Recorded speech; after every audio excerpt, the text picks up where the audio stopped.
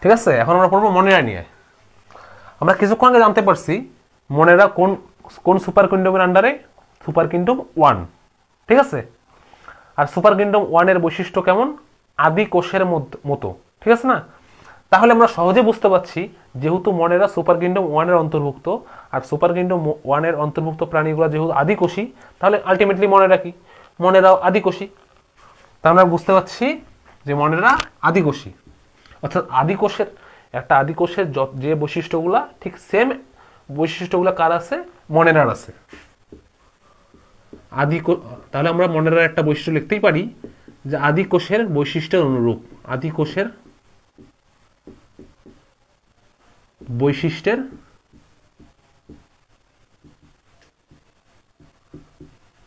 অনুরূপ।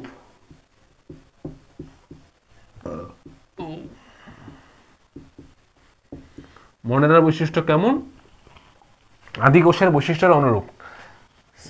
যেমন একটা আদিকোষের বৈশিষ্ট্য কি, আদিকোষের বিভাজন প্রক্রিয়াটা কি কেমন, আদিকোষের বিভাজন প্রক্রিয়াটা অ্যামাইটোসিস, আর অ্যামাইটোসিসের বাংলা হলো দ্বিবিভাজন। ঠিক আছে, তাহলে আলটিমেটলি মনেরার বিভাজন কেমন, মনেরার বিভাজন হলো একটা মনেরা কিভাবে বিভাজিত হয়, দ্বিবিভাজন প্রক্রিয়ায়, দ্বিবিভাজন প্রক্রিয়ায়। এখন পড়াশোনা অনেক ইজি হয়ে যাবে, কারণ আমি এতক্ষণ এতগুলা যে কথা বললাম, এই কথাগুলো দিয়ে আপনার এখন এই পড়াটা অনেক ইজি হয়ে যাবে। তারপরে আসি নেক্সট, বইয়ে কিছু জিনিস লেখা আছে যে মনেরাটা এক কোষী। মনেরা কেমন, মনেরা হলো এক কোষী। ঠিক আছে, আপনারা এগুলো নোট করে ফেলবেন, তাহলে পড়াশোনা অনেক সহজ মনে হবে। বায়োলজি মুখস্থ করার কিছু নাই, জাস্ট বুঝে পড়লে বায়োলজি অনেক সহজ। ঠিক আছে, এক কোষী, মনেরাটা কেমন, মনেরাটা এক কোষী গেল। এখন কথা, এক কোষী বলতে কি বোঝায়, প্রশ্ন তো হইতেই পারে, এক কোষী বলতে কি বোঝায়। এক কোষী বলতে বোঝায় যে মনেরা শুধুমাত্র একটি, মনেরার যে দেহটা, এই দেহটা শুধুমাত্র একটি মাত্র কোষ নিয়ে গঠিত। ঠিক আছে, এখন এবং ওখানে বইয়ে আপনারা দেখবেন আরো কিছু কথা লেখা আছে, যেমন মনেরা কেমন, মনেরা হলো কলোনিয়াল।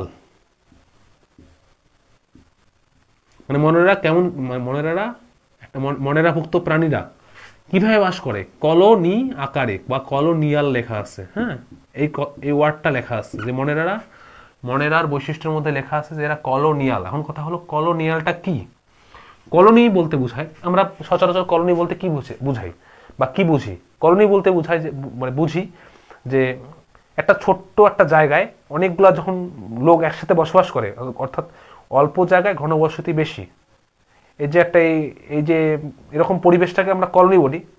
তাহলে আমরা মনেরার ক্ষেত্রে কি হবে, মনেরা যেহেতু একটি মাত্র কোষ নিয়ে গঠিত, মনেরাভুক্ত প্রাণী যেহেতু একটি মাত্র কোষ নিয়ে গঠিত, সেক্ষেত্রে তারা কলোনি আকার যখন কলোনি গঠন করবে তখন দেখতে কেমন হবে, তখন দেখতে হবে এইরকম।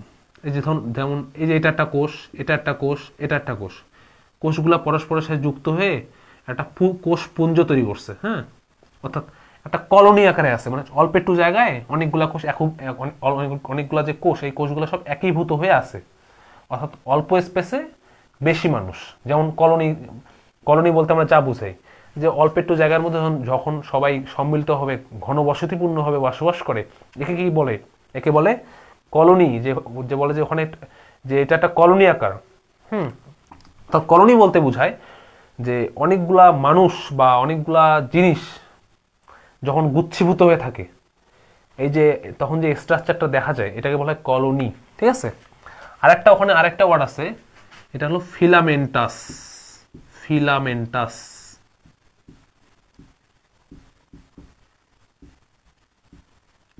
এখন কথা হলো ফিলামেন্টাসটা কি। ফিলামেন্টাস বলতে বোঝায় যে এরা সুতা, মানে এরা ফিতার মতন আকৃতি গঠন করে। কি কেমন আকৃতিটা কেমন হবে, যেমন এই যে একটা কোষ নিলাম, তার নিচে আর একটা কোষ, তার নিচে আর একটা কোষ, মানে অনেকগুলা কোষ একটার পর একটা যুক্ত হয়ে একটা ফিতার মতন গঠন তৈরি করে। যেহেতু এটা ফিতার মতন গঠন, এই জন্য এটাকে বলা হয় ফিলামেন্টাস। তাহলে ক্লিয়ার, এক কোষী বলতে কি বোঝায়, যে কোষটা মানে ওর দেহটা শুধুমাত্র একটি মাত্র কোষ নিয়ে গঠিত। ঠিক আছে, কলোনিয়াল বলতে কি বোঝায়, কারণ আমরা জানি কলোনি বলতে কি, অল্প ক্ষুদ্র একটা মানে ক্ষুদ্র জায়গায় যখন অনেকগুলা মানুষ একসাথে বসবাস করে, সেটাকে আমরা কি কলোনি বলি না। ঠিক সেম, যখন অনেকগুলা মনেরাভুক্ত প্রাণী গুচ্ছীভূত আকারে, এই যে অনেকগুলো দেখো, অনেকগুলো মনেরাভুক্ত প্রাণী একটা সাথে একটা লেগে একটা গুচ্ছ তৈরি করছে। এই যে স্ট্রাকচারটা, এই যে পুরো স্ট্রাকচারটাকে বলা হয় কলোনি। অল্প জায়গায় সবাই গুচ্ছীভূত হয়ে আছে, ঠিক আছে। কারণ ফিলামেন্টাসটা কি? ফিলামেন্টাস বলতে বোঝায়, এই যে ফিলামেন্টাস বলতে বোঝায় যখন এরা ফিতার মতন একটা গঠন তৈরি করবে, যখন অনেকগুলো কোষ একটার সাথে একটা লেগে ফিতার মতন একটা গঠন তৈরি করবে, তখন এটাকে বলে ফিলামেন্টাস, ঠিক আছে। এখন তাহলে আমাদের মনেরার বৈশিষ্ট্য মোটামুটি ক্লিয়ার। তবে আরো একটা বৈশিষ্ট্য আমাদের পড়তে হবে, সেটা হলো ওখানে বইয়ে লেখা আছে, দেখবেন আপনারা, এদের মধ্যে কেউ কেউ ফটোসিনথেসিস করে, কেউ কেউ কি করে, কেউ কেউ ফটোসিনথেসিসের বাংলা মানে হলো সালোক সংশ্লেষণ। কেউ কেউ সালোক সংশ্লেষণ ঘটায়।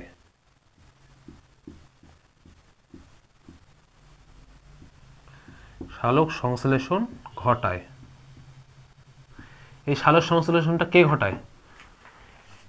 মনেরাভুক্ত একটিমাত্র প্রাণী আছে বা একটিমাত্র অণুজীব আছে, এরাই শুধুমাত্র সালোক সংশ্লেষণ ঘটায়। সেটা হলো নস্টক বা নীলাভ সবুজ শৈবাল। কে?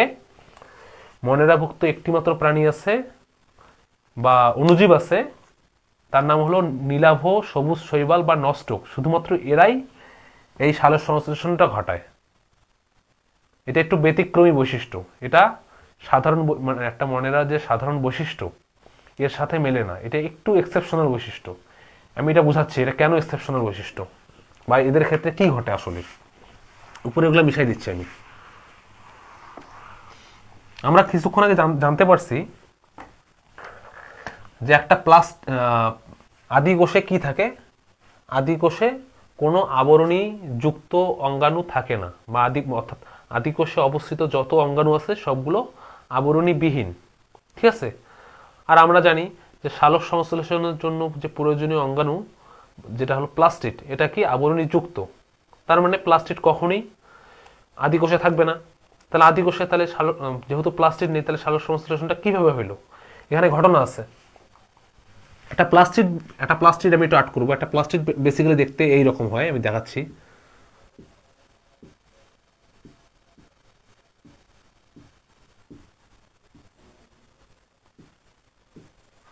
একটা প্লাস্টিডের গঠন মোটামুটি এইরকম, ঠিক আছে।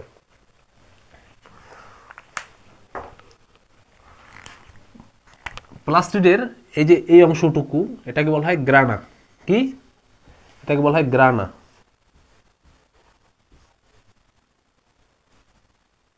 গ্রানা, ঠিক আছে। এই অংশটাকে যখন আমি একটু বড় করব তখন দেখতে হবে এই যে এরকম। হ্যাঁ, এটা পুরোটা একটা গ্রানা। গ্রানা যখন আমি গ্রানা থেকে এই যে একটা এরকম ডিম্বাকৃতির জিনিস আলাদা করব, তখন এই যে এইরকম একটা গ্রানা পাবো, মানে গ্রানা, সরি, এই পুরোটা একটা গ্রানা। এই গ্রানার প্রতিটা এই যে ডিম্বাকৃতির অংশকে বলা হয় থাইলাকয়েড। কি? থাইলাকয়েড।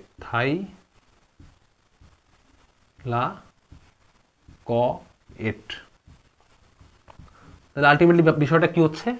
অনেকগুলো থাইলাকয়েড নিয়ে একটা এই যে এইরকম আকৃতির গ্রানা তৈরি হয়, ঠিক আছে। আমরা যে সালোক সংশ্লেষণের জন্য যে ক্লোরোফিলটা প্রয়োজন হয়, সালোক সংশ্লেষণের যে আমরা জানি যে সালোক সংশ্লেষণে কি হয়, ক্লোরোফিলের প্রয়োজন হয় বা ক্লোরোফিল লাগে। হ্যাঁ, এই ক্লোরোফিলটা বেসিক্যালি থাকে এই যে এই থাইলাকয়েডের ভিতরে। এই থাইলাকয়েডের ভিতরে থাকে ক্লোরোফিল, ঠিক আছে। এই ক্লোরোফিলটা বেসিক্যালি সালোক সংশ্লেষণ ঘটায়, বা এই স্পেসেই আসে সালোক সংশ্লেষণটা ঘটে, ঠিক আছে। যেহেতু আমরা জানি যে আদি কোষের ক্ষেত্রে কোনো বিহীন, আদি কোষের ক্ষেত্রে যত অঙ্গাণু আছে সবগুলো আবরণীবিহীন, তাহলে এই থাইলাকয়েডের ক্ষেত্রে কি হবে? থাইলাকয়েডের ক্ষেত্রে এই যে আবরণীটা আছে না, এই আবরণীটা থাকবে না।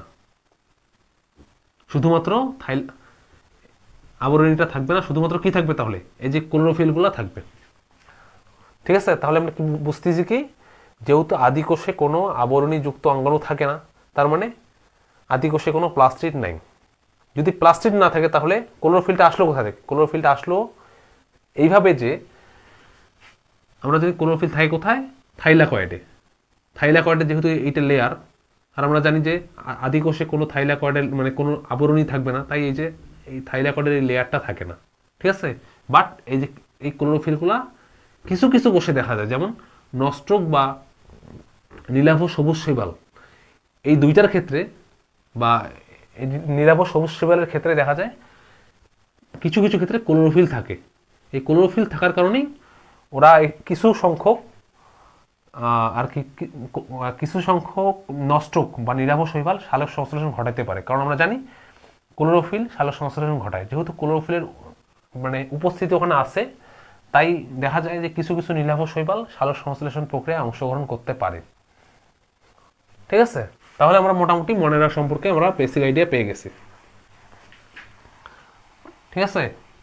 যেহেতু থাইলাকয়েড নাই, মানে থাইলাকয়েডের লেয়ারটা নেই, বাট ক্লোরোফিল আছে, তাই কি নস্ট্রক বা নীলাভ শৈবাল সালোক সংশ্লেষণ ঘটাতে পারে। এটা হলো মনেরার একটু এক্সেপশনাল বৈশিষ্ট্য।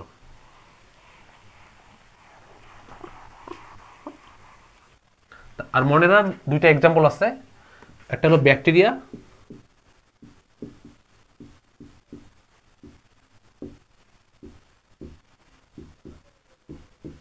আর একটা কি, আর একটা হলো নীলাভ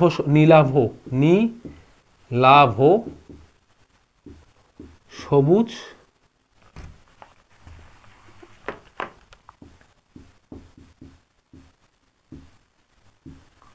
শৈবাল, ঠিক আছে। ব্যাকটেরিয়ার বৈশিষ্ট্য কি? ব্যাকটেরিয়ার একটা মনেরাভুক্ত প্রাণীর যা বৈশিষ্ট্য, ব্যাকটেরিয়ারও সেম বৈশিষ্ট্য, ঠিক আছে। আর এই যে নীলাভ শৈবালের ক্ষেত্রে একটু ব্যতিক্রম দেখা যায়। কি ব্যতিক্রম? এখানে ফটোসিনথেসিস দেখা যায়। কারণ কেন? এই নীলাভ সবুজ শৈবালের ক্ষেত্রে এদের দেহে ক্লোরোফিলটা ছড়ায় ছিটায় থাকে, এই জন্য এই নীলাভ শৈবালের ক্ষেত্রে সালোক সংশ্লেষণ বা ফটোসিনথেসিস দেখা যায়, ঠিক আছে। শেষ। তাহলে ডিয়ার স্টুডেন্টস, আজকের মতো এখানেই শেষ। নেক্সট ক্লাসে আমরা নেক্সট টপিকগুলো পড়বো, ঠিক আছে। আদাব।